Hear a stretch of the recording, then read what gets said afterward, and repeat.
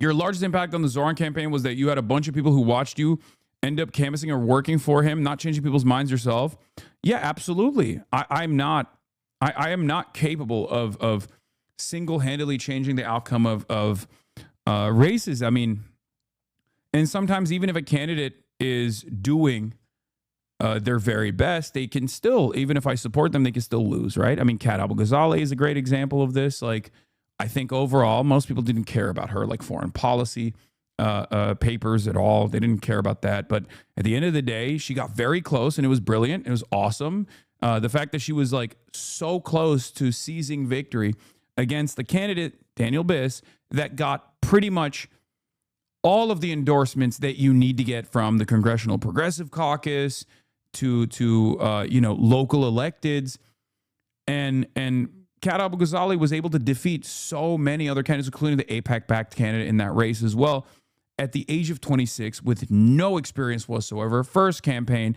I think that was a testament to the fact that, one, I can't single-handedly change the outcome of a race, right? I think we found that out. But two, we can give a pretty solid push, pretty reliable push to candidates. She got within the margin of error, and that's still fantastic. But obviously, there's always going to be there's always going to be hurdles to overcome. So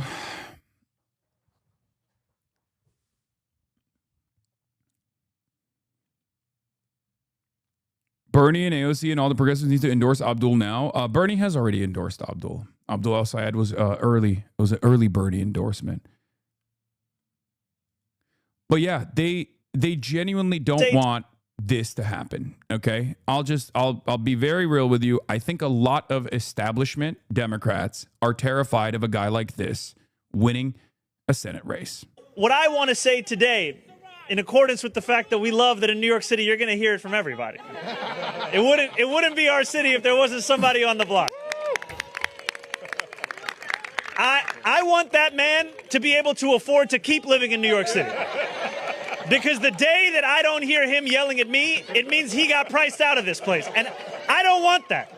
I don't want that for him. I don't want that for anybody in this city. We need to make this a city where it's affordable enough to yell at your politicians. If it's not that city, it's not the city I want to live in. I love how he just like brings everything back to the affordability agenda. I mean, he's brilliant.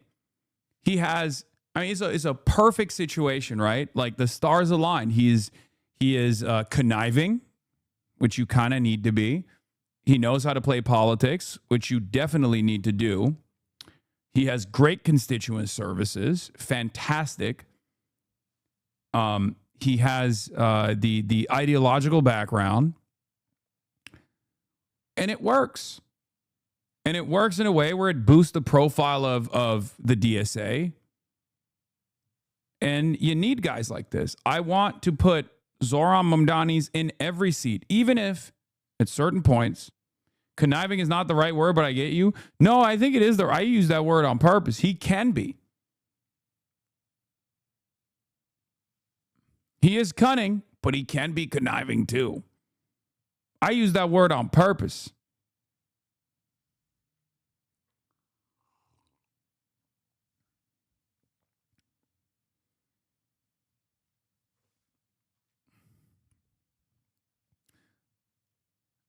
Anyway,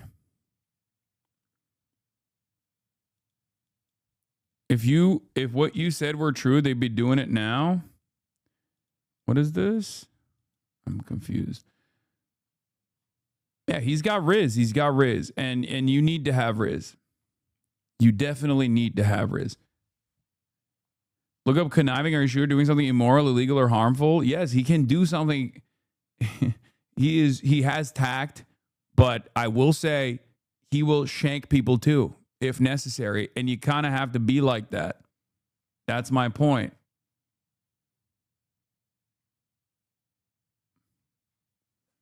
I wanted to use a negative term. Okay, guys, stop hanging off. He's just... Let's be clear about it. So let this be a city where we have this, where we worry about Are the Knicks going to win the championship? Or we ask ourselves, why is a $9 latte $9? Let this not be a city where we ask ourselves, is government doing enough to build affordable housing as quickly as it can? Today starts to answer that final question. Thank you so much. So yeah, he is singularly invested in being a movement guy and doing sewer socialism, doing good constituent services, leaning into the promises that he made, and show anyone around the world, if not certainly around the United States of America, that like you can have better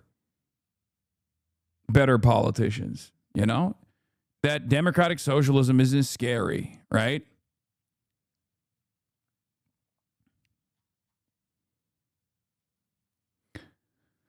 So yeah, he's Machiavellian. It's a better word to use there. Yeah. Carl Beyer says, I usually push back on this kind of allegation, but the sheer scale of these attacks on Hasan, the timing, and actors involved all point directly to coordination, and it would probably be a good idea to keep track of who participated. Stacey Kate, that's right. We should all put them on a list, and they'll all be dealt with as soon as the glorious revolution starts. It's so funny that you think you can scandalize the act of making a list in the age of big data. Do not trust Hasan Piker. He's likely a well-paid by right-wing billionaires division agent whose purpose is to divide the left so Republicans win. He does nothing but harm Democrats by design. Seems like you're the one being divisive here. You know?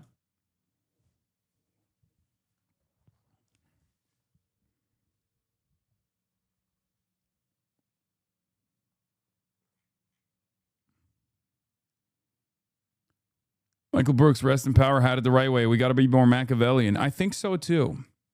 I think it serves us well. Yeah, Tim Miller is doing this to another one of my candidates, just like he did to Zoran. He's now doing it to Abdul El Sayed as well.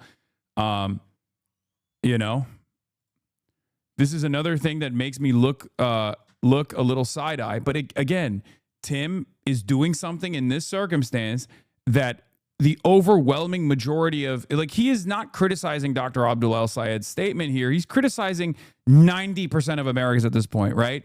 Because when Dr. El Sayed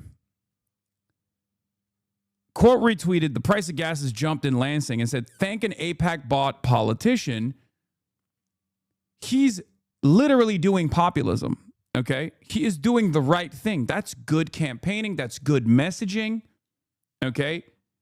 Anyone that side-eyes this kind of stuff to claim that this is in any way, shape, or form anti-Semitic is ridiculous. I think out of all of the like centrist, right-wing, think tank adjacent, think tank backed spokespersons who have now embedded themselves in the Democratic Party, I think Tim is probably one of the nicer individuals, but he does actually do this kind of thing all the time in moments that matter, right? In moments that matter. So, you know, he did this with Zoran. The whole why don't you condemn, globalize the intifada was Tim Miller's line.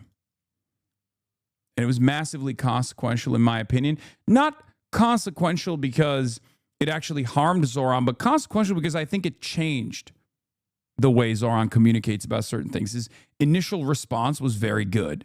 His initial response to that question was really, really good, right?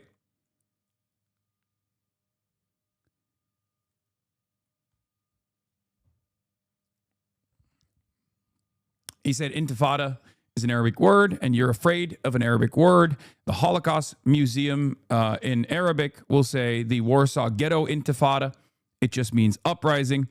That's all this is. It's correct. It was the truth. You should never stop saying the truth.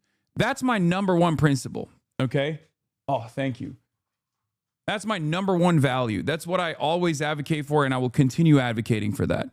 You have to always say the truth. It's the least you can do, okay? And unfortunately, Zoran actually backed away from that, if you guys recall, and ever since then, his communications on this issue have been very, like, it just has too many concessions, in my opinion, especially because especially considering the fact that his no holds barred attitude towards leaning into towards saying anything positive about Israel whatsoever when people kept asking over and over again is what led him to win the primaries, right? Very crowded field. A lot of people looked at Zoran a different way.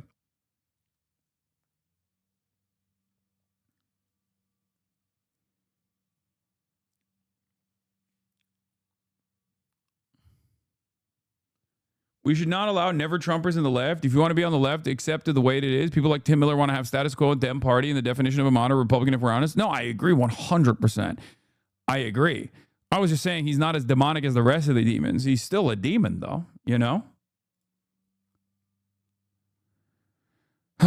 The idea that decades of Israel lobby pressure on Iran had no direct influence and so can't be blamed for this war is ridiculous. They didn't directly convince Trump to go to war, but they had a long-term structural impact shaping the environment in which decisions are made. Yes. And in this circumstance, I actually say, as many other people who look at this, with a critical lens, will openly admit that this time it's a little bit different.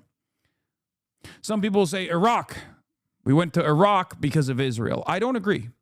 I think Israel played a role in American foreign policy, as it always does.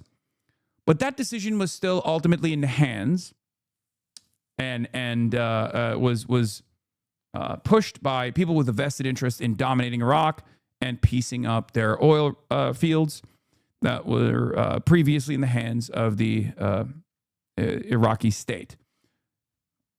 Okay? Israel maybe played like 15 to 25% role in agitating and urging to go to war in Iraq. However, in Iran, it's a little different. It's a little different. And I think it's important to notice that it's a little different because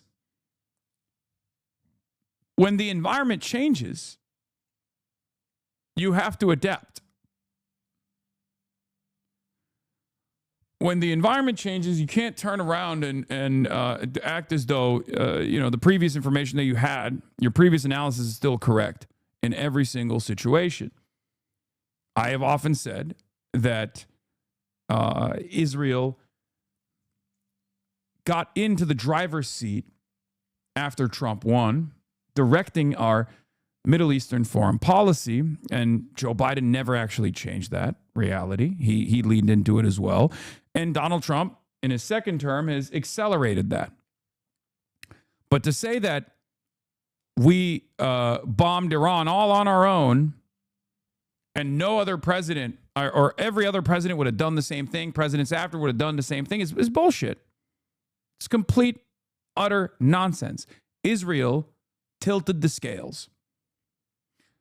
Now, is Donald Trump responsible for this? Of course he is. He's the one who sanctioned it. He's the one who signed off on it. Of course he's responsible for every single death. No one is saying that Donald Trump is not responsible. But the idea that we cannot also direct our animosity if we are upset with the events that are unfolding, direct our animosity at Israel and the Israeli lobby and Israeli lobby-backed candidates is ridiculous. It's totally ridiculous. You'll never catch me saying that George W. Bush was an idiot and therefore the entire global war on terror and the responsibility of it is in the hands of Dick Cheney because he was the one who was basically anchoring the operations. And George W. Bush was simply just like a mouthpiece, like a dumb guy who was signing off on all this stuff, but he just had no responsibility whatsoever. No, these are bloodthirsty monsters of war criminals of the highest order. Okay. Two things could be true at the same time. In any case, I do find it very funny that a lot of people are doing this kind of attack on someone like Abdul El-Sayed, but it's a good thing. It's not a bad thing. It's a good thing. And the reason why it's a good thing is because this isn't 2016 anymore. This isn't 2017 anymore, right? This is 2026. And this attitude is the popular attitude. So all that you do when you try to scold people, this is another thing that makes me look at us side eye, like implying that there is like a little bit of anti-Semitism in this statement when there is no anti-Semitism whatsoever in this statement. It's just the truth. I like that because this doesn't actually hurt Dr. Abdul al-Sayed as long as he maintains his courage, because he knows he's on the side of truth and justice on this issue. This actually just shows the rest of the people that Tim Miller's perspective and his analysis it has some blind spots, let's say.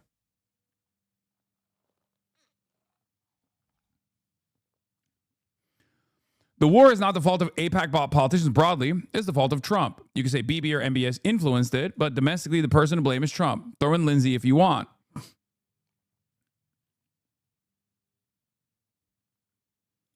Neera Tanden is also jumping in on the side of AIPAC. Yeah. The only person responsible for this war is Donald Trump. It was his decision and his decision alone. Unclear to me why, and Dem would not be clear about that. Yeah. I don't know why these people are just like landing on these swords. They're just like diving off of, they're diving off of skyscrapers on a bunch of rusty swords in the direction of defending Israel. It's very strange.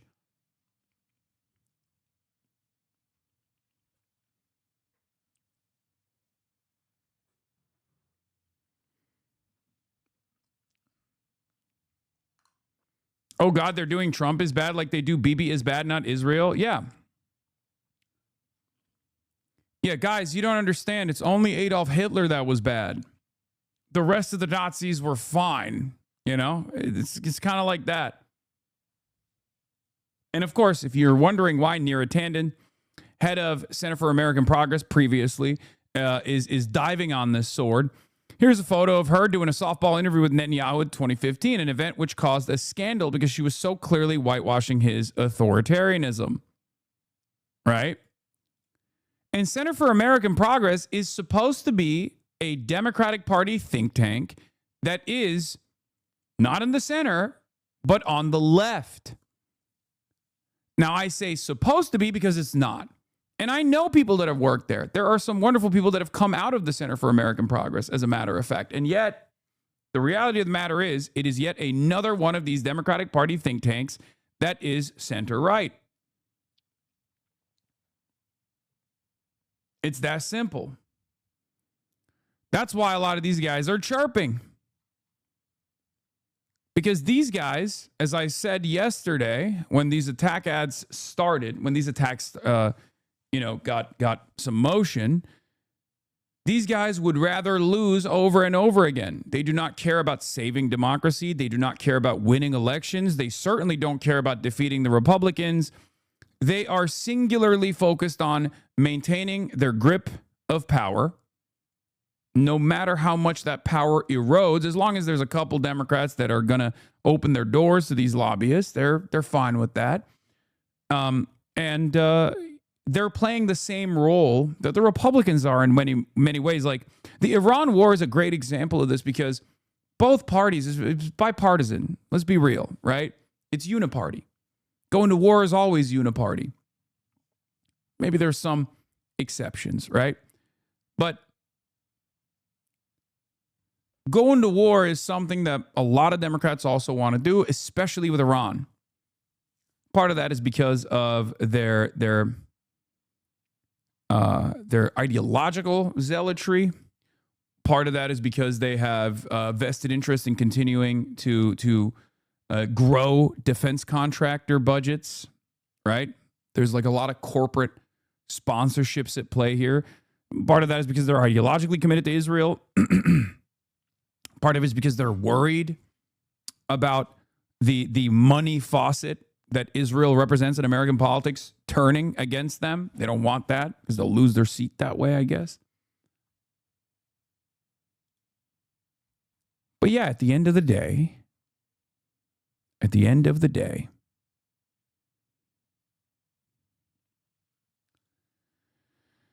these people don't care about winning. They don't care about unseating Republicans. And I think the base, first and foremost, despises Republicans. That's why I always say they're closer to me than they are to Center for American Progress, Tim Miller. They're closer to my worldview than they are to the likes of Third Way, because those guys don't care about winning. Those guys do not care about unseating Republicans. They don't care about defeating fascism, right? Many liberals do. Many self-identifying liberals do. Many lifelong Democratic Party voting liberals do. And that's why they're so frustrated with the Democratic Party right now, where the Democratic Party's approval rating is at 70% amongst Democrats, right?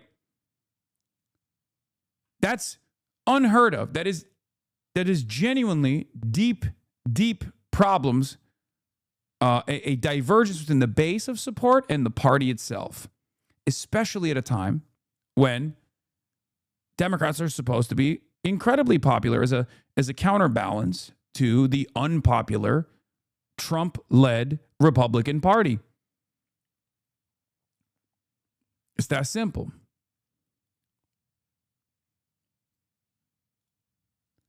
I said this yesterday. The entire Israel First Republican Party is actively coming after me and Abdul El-Sayed today. This kind of outrage manufacturing and false smears no longer works. Americans have awakened to the reality that we must stop Israel. There was another thing I also said, but I can't.